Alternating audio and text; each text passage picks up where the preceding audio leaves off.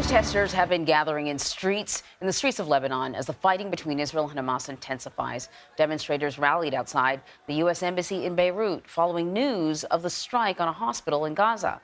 Meanwhile, Lebanon's militant group, Hezbollah, has been exchanging fire with Israeli soldiers along the border, raising concerns that violence could spread throughout the region. So for more analysis on this, I want to bring in Middle East geopolitical expert Trita Parsi. He's also the executive vice president of the Quincy Institute for Responsible Statecraft. That's a Washington-based think tank. Thank you so much for joining us.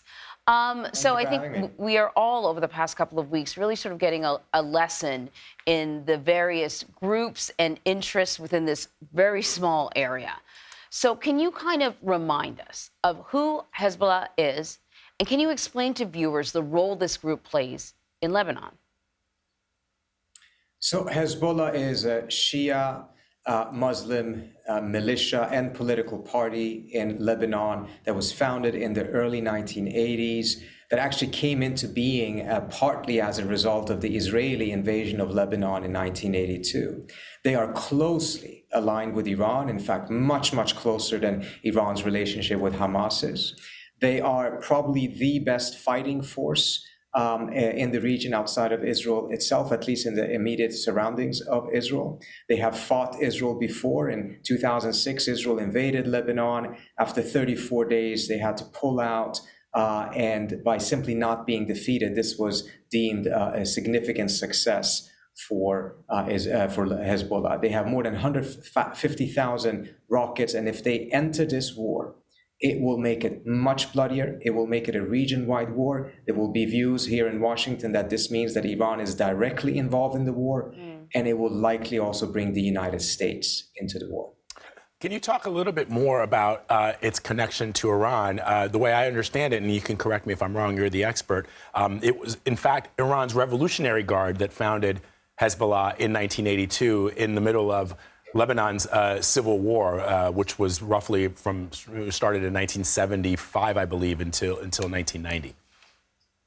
That's correct. The Iranians back in the early 1980s were trying to spread their Islamic revolution. They utterly failed. The only place they had some modicum of success was in Lebanon, which again was partly because of the weakness of the Lebanese state and partly because of the Israeli invasion that suddenly created a demand amongst the Shia Muslims in the south of the country for some sort of a protectorate against the Israelis. Again, they have been a major problem for the Israelis, without a doubt. There's also significant concerns about them inside of Lebanon as well. But they are, at the same time, one of the most powerful political parties in Lebanon as well, not just the militia. And we've seen some, I guess, provocation kind of along the border with Israel. You also saw the large gatherings of demonstrations, not just in Lebanon, but beyond. I'm curious, when you see sort of public sentiment bubbling over, is that the sort of thing that Hezbollah looks at, feeds into, uses as an excuse to perhaps continue provoking? Well, I think what you're seeing on the border there between Israel and Lebanon is that they actually have a codified way of dealing with each other in which a low-level war is accepted by both sides, which is, of course, highly problematic. What we're talking about here is that we would go outside of that framework and it would be a full-scale war. And that, I don't think, is going to happen because Hezbollah wants it or Iran wants it. In fact, this is the assessment of the U.S. intelligence as well. If they actually wanted it, it would have been made much more sense for Hezbollah to attack Israel simultaneously as Hamas attacked Israel. That did not happen. However, if the Israelis go into Gaza with a land invasion, which has not happened yet, but likely will happen, then that's going to change the calculus, because then it's no longer about public opinion, etc. Then it's going to be a strategic factor that is likely going to compel Hezbollah to get into the war. Just about an hour ago, the State Department issued an order urging all Americans to leave Lebanon.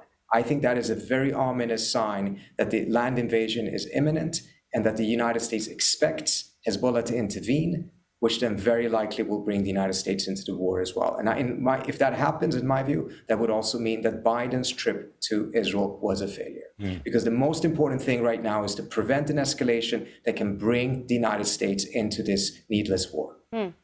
And so what I what I think is interesting is the United States and some others believe and deem Hezbollah a terrorist organization, but they're so embedded in Lebanese politics. But there are some people in Lebanon who oppose Hezbollah. They're probably few and far between. But you'll recall after the killing of Prime Minister Rafik al-Harari, there seemed to be some inroads that Sunni Muslims were making in the form of Saudi Arabia, who was starting to gain a little bit of influence in the region. Can you explain that a little bit more for our audience? Because I think it's important to point out that Hezbollah is Shia, and predominantly in the Gulf regions, those countries are Sunni Muslims.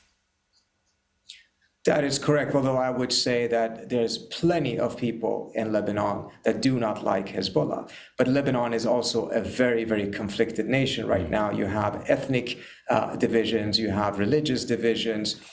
So that in and of itself doesn't necessarily tell us too much. The Saudis lost the game in Lebanon and have significantly lost influence. They had significant influence with the Sunni minority over there, but they have lost out to Iran in that competition.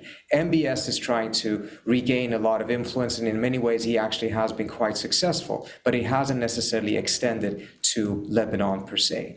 But if that war happens, if the Lebanese intervene, it is going to have reverberations throughout the region, including in the Persian Gulf. We are likely going to see other militias there starting to target American bases. And again, in the middle of a crisis in Ukraine and a potential crisis with China over Taiwan, we simply cannot afford another war in the Middle East. And this is part of the reason that it is a bit mysterious to me why the Biden administration is now putting more pressure, not just on Hezbollah and Iran, but also on Israel not to go forward a land invasion that likely would trigger this escalation. Well, we'll see what, as you point out, what the outcome ultimately of the president's visit was. We have reports that he was meeting behind the scenes with some of these leaders and applying pressure. Anthony Blinken, as you know, has been in the region for the last 11 days or so. I guess we're in a wait and see mode. Yeah. But Trita Parsi, thank you very much. Really illuminating details on something that I think a lot of people may not know a lot about. Thank you. Thank you so much for having me.